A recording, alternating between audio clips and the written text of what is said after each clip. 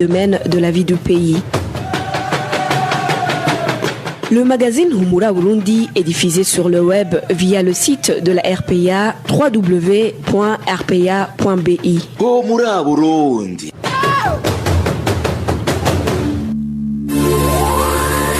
À la présentation, Janvier Ninina Hazgue.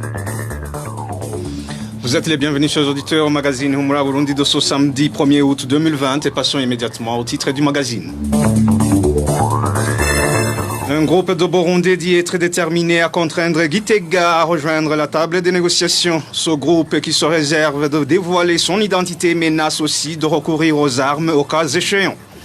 Depuis ce samedi de la campagne électorale des conseillers collinaires, dans certains coins du pays, des candidats se lamentent pour être rayés des listes.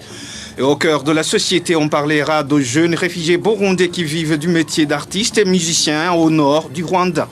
Le développement des titres, c'est dans quelques instants. M. Steven Yungekwa sur la mise en onde et Emile Nivasumba pour la prise d'image.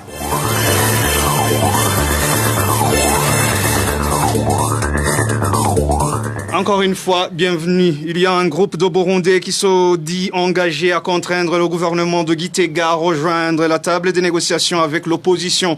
Dans une déclaration rendue publique ce samedi, ce groupe qui ne voudrait pas encore dévoiler son nom menace de recourir aux armes si le gouvernement du Burundi fait la sourde oreille.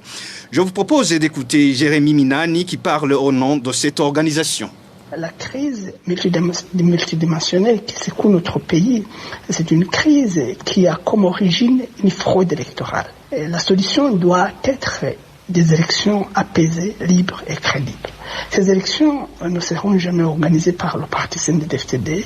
Il va falloir qu'il y ait soit des négociations inclusives sous médiation internationale aboutissant à la formation d'un gouvernement consensuel, un gouvernement accepté par tous, et la mise en place des institutions comme la CENI, comme la Cour constitutionnelle, qui sont indépendantes et qui puissent assurer la crédibilité du scrutin. Si cette option de négociation n'est pas possible, il va y avoir une guerre. Ça, il faut le dire, une confrontation armée est devenue inévitable. Il appartient alors au régime de monsieur général Évariste Ndayishimiye de choisir la voie par laquelle il veut passer, parce que l'OTAN ne nous permet pas de continuer à regarder la descente aux enfers de notre pays. Nous avons accordé un délai de grâce de 70 jours à ce régime afin qu'il décide de renouer avec la table de négociation inclusive sous médiation internationale dans le but de trouver une solution durable à la crise burundaise. Cela nous permettra de retourner à l'état de droit, cela nous permettra de recouvrer la paix et la stabilité dans notre pays. Si après ce délai de 70 jours, le gouvernement de M. Évariste Ndayishimiye opte pour le déni des négociations, le refus des négociations, ou s'il accepte les négociations mais continue à faire des manœuvres dilatoires visant à saboter ces négociations comme nous l'avons vu dans le passé, nous considérerons au 31 décembre 2020, en cas de négociation non aboutie, que le régime de M. Évariste Ndayishimiye a opté pour une guerre et nous allons l'accompagner dans cette voie. Jérémy Minani n'a pas voulu révéler le nom du groupe, mais indique que ses membres seront recrutés parmi les Burundais se trouvant aussi bien à l'intérieur qu'à l'extérieur du pays, dont les politiques et les militaires. Début de la campagne électorale des conseillers collinaires ce samedi 1er août dans tout le pays. Cette activité qui durera 3 semaines va se clôturer en date du 21 août, tandis que les élections proprement dites sont prévues pour le 24 de ce même mois. Et dans l'entretemps, la commission électorale communale indépendante CECI de Rutovu n'a pas obtempéré à l'injonction de la commission électorale provinciale indépendante CEPI à Bururi. Dans une correspondance que la CEPI avait adressée à la CECI, il était question de rétablir dans leurs droits ce qui avait été rayé des listes de candidats aux élections collinaires. Une courte pause, puis on continue. Humura Burundi.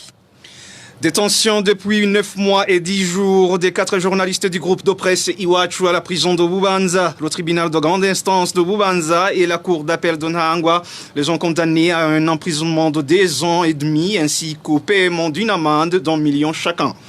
Christine Kamikazi, Agnès Ndiribusa, Terence Modzenzi et J.D. Harerimana ont été arrêtés dans la commune Musigati de la province Bubanza alors qu'ils s'y rendaient pour enquêter sur les combats qui opposaient ce jour-là les forces régulières et les rebelles. Ces journalistes ont été condamnés pour tentative impossible de complicité à l'atteinte de la sécurité intérieure de l'État. Les associations des défenseurs des droits humains nationales et internationales ne cessent de plaider pour la libération de ces journalistes qui, selon elles, ne sont victimes que de leur métier. Les habitants du chef-lieu de la province Chibitoke dénoncent un tapage nocturne dans leur entourage. Il s'agit du bruit musical qui provient d'un bistrot appartenant à un officier de la police nationale. Ces habitants demandent aux autorités administratives de saisir cette question en main. N'est-ce pas, Emmanuel Niungeko?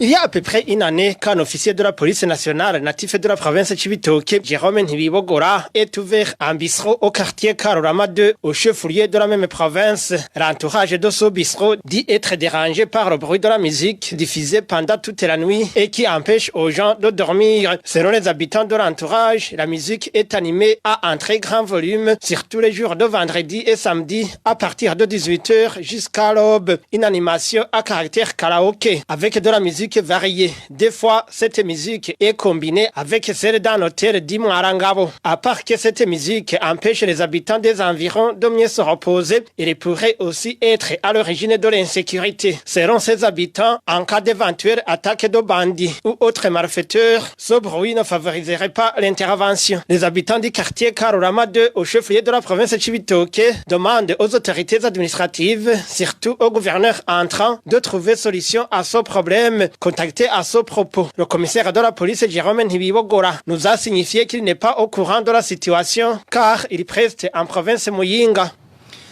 Merci à Emmanuel Niungeko pour ce reportage. Un vieillard accusé de violer une fillette de sa propre famille en zone Muzenga de la commune Rutovu en province Bururi. Les voisins de cet homme demandent qu'il soit puni sérieusement, d'autant plus que ce n'est pas pour la première fois qu'il soit reproché d'un tel acte ignoble. Les détails avec Clovis Nyonzim.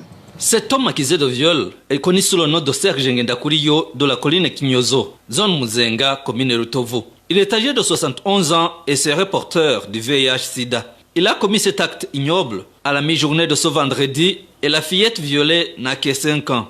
Nos sources sur cette colline indiquent que de retour des travaux champêtres, les parents de cette fille l'ont retrouvée en train de pleurnicher. Il lui a dit d'amener une assiette dans sa chambre, puis il a fermé la porte, mais la fenêtre était ouverte. Il lui a donné une banane et a enlevé sa culotte, puis l'enfant a commencé à pleurer. Il lui a alors promis une limonade. Les autres enfants qui étaient à l'extérieur ont suspecté quelque chose d'anormal et l'ont appelé. C'est à ce moment qu'il l'a relâché. L'enfant a révélé les faits aux médecins et aux officiers de la police judiciaire. Les voisins de ce vieillard demandent qu'il soit sérieusement sanctionné, surtout que ce n'est pas pour la première fois qu'il est accusé d'un tel acte. Ils interpellent aussi les membres de la famille de la victime de ne pas songer à cacher la vérité pour couvrir ce malfaiteur. Nous demandons qu'il y ait un suivi pour cet enfant, surtout un suivi médical, et que la justice fasse son travail. Ce n'est pas pour la première fois. Il avait été aussi incarcéré à la prison de Rumonge. Serge Ngendakuriyo est actuellement détenu à la brigade de Rutovu. Retrouvez les différentes productions de la RPA sur Facebook, YouTube, Twitter et sur www.rpa.bi. C'est la rubrique au cœur de la société à présent. Hors des camps des réfugiés, les villes rwandaises abritent aussi d'autres réfugiés burundais au nord du Rwanda, plus précisément dans le district de Rubavu. L'équipe du mini-magazine au cœur de la société est allée rencontrer les jeunes artistes et musiciens qui vivent de leur métier. Bertrand Ngendakuriyo dirigeait l'équipe du mini-magazine. Au cœur de la société. Au cœur de la société est une émission de tous les samedis, préparée en synergie par les radios Inzamba, Agateka Kawe, Radio RPA, Ijwi Yabanyagihugu, ainsi que la radio-télévision Renaissance.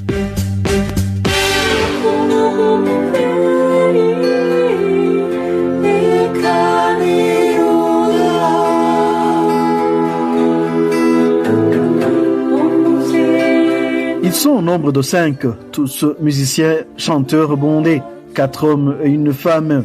Ils forment un groupe appelé Groove Band. Nous les retrouvons en pleine répétition dans l'une des maisons qu'ils louent dans la ville de Rubavu.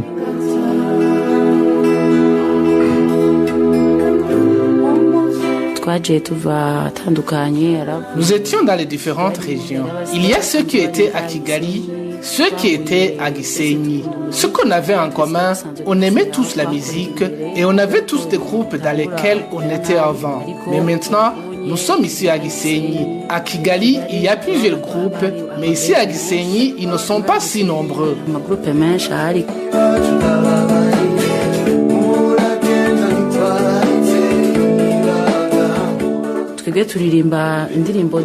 Nous chantons toutes les variétés de musique. Nous mélangeons les chants en kirundi, en français, en kinyarwanda, en anglais, tout. Nous faisons de nos mieux et les clients apprécient. Nos clients sont de différentes cultures, car nous sommes tout près de la frontière avec le Congo. Il y a des Congolais, des Rwandais et aussi des Occidentaux. Nous faisons tout pour pouvoir satisfaire nos clients. Il y a une grande probabilité pour que nous puissions continuer à avoir un marché.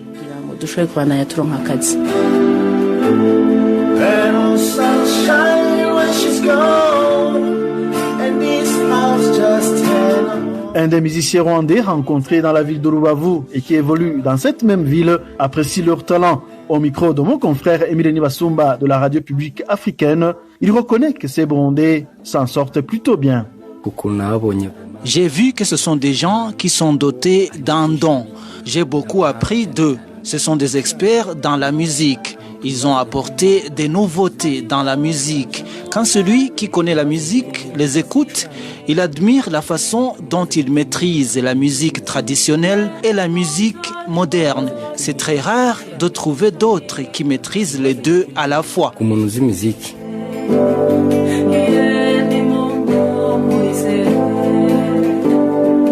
Quant à la représentation des réfugiés dans le district de Rubavu, elle appelle plutôt les bienfaiteurs à soutenir ces jeunes qui représentent positivement le Burundi. Désiré Ndamanisha s'entretenait avec Thierry Wiglindavi de la télévision Renaissance. En général, nous apprécions le talent de nos jeunes burundais. Néanmoins, nos jeunes burundais ont besoin de matériel suffisant pour exercer leur métier. Nous interpellons aux bienfaiteurs de revenir en aide afin qu'ils puissent exercer leur métier en bonne forme. Nous encourageons aussi les jeunes et les plus âgés de soutenir nos frères. On laisse pas passer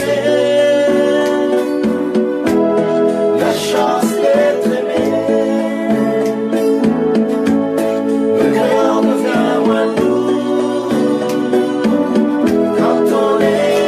La mise en place du confinement dans tout le Rwanda le 22 mars dernier a sonné l'arrêt des concerts et autres présentations. Les musiciens qui vivaient principalement des revenus engendrés par leurs prestations dans les hôtels et restaurants se sont retrouvés du coup sans aucune rentrée financière.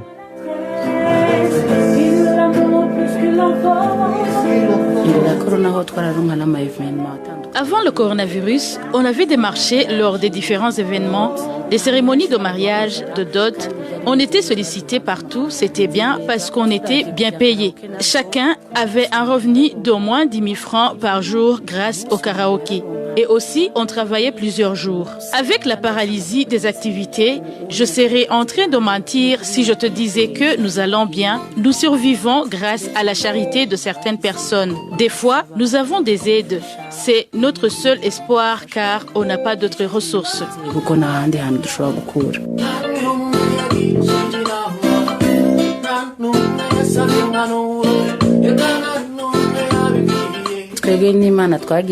Nous avons la chance que tous les membres du groupe, nous sommes des voisins. À part que c'est notre travail, nous aimons ce que nous faisons. Nous ne sommes pas venus pour apprendre, c'est un don que Dieu nous a donné. Nous avons toujours la guitare et le piano à la maison. Nous jouons la musique avec ces instruments pour notre plaisir.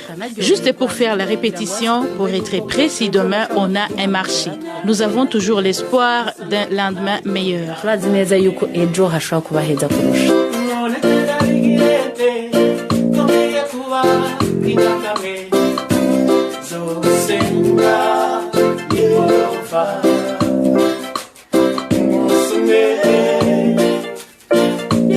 So C'est ces mots d'espoir qui mettent un point final à notre magazine au cœur de la société de ce samedi 1er août 2020. Nous fixons rendez-vous samedi prochain pour un autre magazine. Passez un excellent week-end chez vous. Au revoir.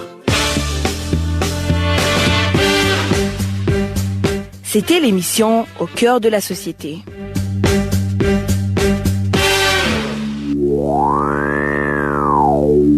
Merci à Bertrand Ngendakouri avec toute l'équipe du mini magazine Au cœur de la société. C'est par ici, à mes chers auditeurs et auditrices, que nous mettons fin à ce magazine Humura Burundi de ce samedi 1er août 2020. Merci pour votre aimable écoute. Merci à toute l'équipe de la rédaction. Merci à MST, Veni Ungeko et à Emile Nibersumba pour la bonne collaboration technique. À la présentation, vous étiez avec Janvier Nina Hadze. Passez un excellent week-end chez vous. C'était le magazine Humura Burundi.